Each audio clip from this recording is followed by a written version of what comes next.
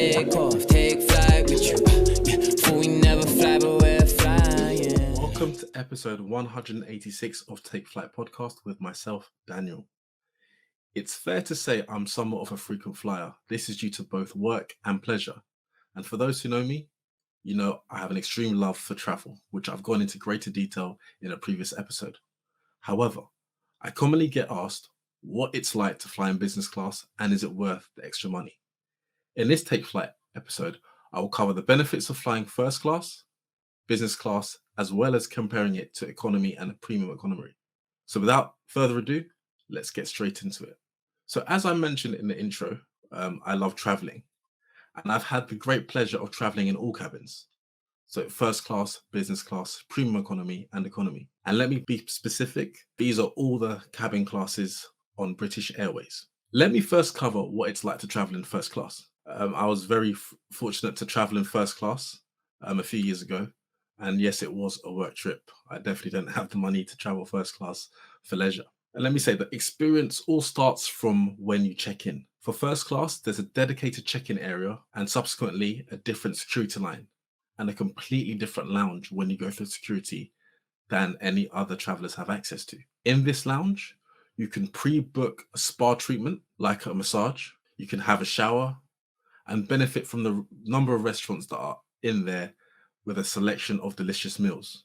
And I say the meals are quite hearty and you can be very full before you get on the flight. So definitely do it with caution. I'll be honest, due to its exclusivity, it was a very, very quiet experience and you feel like you have to be quite quiet yourself. I was traveling alone. So yeah, I was just exploring and walking around and sitting and essentially just waiting for my flight and the gate to come up on the screen. When it's time to board your flight, you're one of the first group of travelers welcomed onto the aircraft and usually by a different entrance because you would typically be at the front of the plane. And after stepping on, a member of staff of the cabin crew asked me if I would like a pair of pajamas. However, I had already changed into a tracksuit, so it wasn't needed. So I politely declined. And this was also because I was taking a night flight. Not to go into too great detail, but you get an additional baggage allowance, a few other perks, as well as the number of Avios points and tier points you get with flying with BA. When you arrive on the plane, you're welcomed by the staff. They make it a very personable experience because they know that as a paying customer, you probably paid top dollar for this seat and you're welcome with a drink of your choice. And then shortly after, you're asked what you would like for dinner or your meal, depending on what time of day you're flying. And this will be prepared and served to you shortly after takeoff. They somewhat leave you alone and they don't trouble you unless you have any questions. On this particular flight, there were only about 10 of us in first class, and that was the number that was available. It's a much, much smaller number than available in business or club world, as it's commonly called, or in the economy or premium economy cabin. Now, moving on to business class. When booking business class, you'd usually check in like other passengers, but you'd also have the ability to use the fast track service to get through security. And this can make a big difference, especially during busy periods. You'll also have access to the club lounge, which you can access even if you're not flying business class, depending on your BA executive member status. Maybe I'll do an episode in future on how you can accumulate miles and how to get access to various lounges, especially BA lounges in Terminal 5. When it's time to board, you'll most likely board after first class passengers and also be welcomed with a drink, usually champagne or orange juice. One thing to highlight is that the new Boeing 777s, yeah, I did say that right, 777s, have an improved Club World cabin, aka business class, where you get more privacy than the previous cabins on other jets of BA, which is fantastic. And I really like that. You also get a 6-foot lie flat bed, which in all honesty is still short for me and doesn't provide complete comfort because I'm 6'3". And one thing I'd highlight is always check which aircraft is flying on the flight you're about to book, because many different aircrafts have different layouts. Some are older, some are newer. So if you're going to pay, quite a considerable amount for the flight, you may want to make sure that the seat in the aircraft you're choosing is somewhat going to reflect that price. The meal, similar to first class, you would select when you're seated. The staff will come and ask you what you would like. And this again is served shortly after takeoff. And to be honest, you're left alone very much most of the flight unless you have questions or if another meal is served. And comparing to economy for business class and first class is, I timed it. I think in economy, premium economy, you get your meal around 90 minutes after takeoff. With business class and first class, it's as soon as the staff start to stand up, they will start preparing your meal. So it's like usually within half an hour. And what this means is if you're in business or first, you can really much just relax, go to sleep or do what you want for the remainder of the flight. And it, in night flight, where it might be from JFK or New York to London, which is 6 hours, you want to try and maximize the ability to sleep. Whereas if you're in economy, by the time you've had your meal, it's been taken, you maybe have about 4.5, 5 hours left, 4.5, 4 hours left of the flight.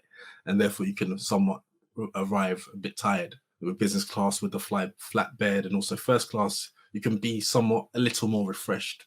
However, I will say on my last flight back last week from Atlanta, it was a better sleep. When I came back from Chicago a couple of months ago, I didn't sleep at all, even though flying business class. And when I came back last year from Atlanta again, I also couldn't sleep. So that really gets to me when I can't sleep, especially when you're in somewhat of a bed. I'm actually going to throw in the mix premium economy now. So I won't go into detail about economy, but I'll compare kind of business class to premium economy. So premium economy is different to the economy cabin, and it's a slight step up. And you know what? I was pleasantly surprised by this cabin. I took this for the first time in June last year, and the comfort it gave, I was shocked to say the least. It gave me ample legroom, and being quite tall, it does make a big difference to me. And you're not actually very much affected if the seat in front of you decides to recline. It doesn't give you the lie flat position that business or first class would. However, it still gives you a level of comfort that you're able to get a decent amount of sleep, as long as you probably have a neck pillow around you. So that's something to certainly not overlook. However, it is a smaller cabin. So if you are going to be booking this class of cabin, you have to be fairly quick, especially if it's a popular route, because the number of seats, depending on the aircraft, are around 24 to 28. So it's somewhat smaller than business, depending on which aircraft. It's less than economy. But because it's slight jump up, it can be a sought after cabin. So definitely make sure you book that from the outset. And if you want to upgrade to business, at least have that ability or flexibility to do so, where there may be small seats available, but premium economy is certainly good. And I will say, which I'll probably go into greater detail, if you want to get upgraded to business, it's probably best to have premium economy, because when I came back from Chicago, originally business was, I think there was 6 or 7 of us. They bumped a lot of people up from premium economy who had significant status with BA and moved them to business free of charge. Anyway, not to digress too much. With all that said, business class is good. Is it worth the price? I would say if you can afford it on the new 777s, definitely go for it. It's definitely an experience I would recommend, again, if you can afford it. However, premium economy certainly shouldn't be overlooked. So, weigh up how many flights or how many trips you'll be doing, who you're flying with, whether it's solo, whether it's family, with friends, what the budget is. Some people rather choose a cheaper flight and have a nicer experience when they get to their destination. Others like to travel in style, like to be comfortable. Also, depending on the duration of the flight, that also plays a big factor. Again, all I've said is based on British Airways, and in no way is this episode sponsored or paid for. So I hope this has been insightful to helping you decide how you would like to travel in future. If you have any questions, feel free to DM us at Take Flight Podcast. Leave us a comment on YouTube. Also check us out on TikTok as well. Until next week, stay safe and God bless.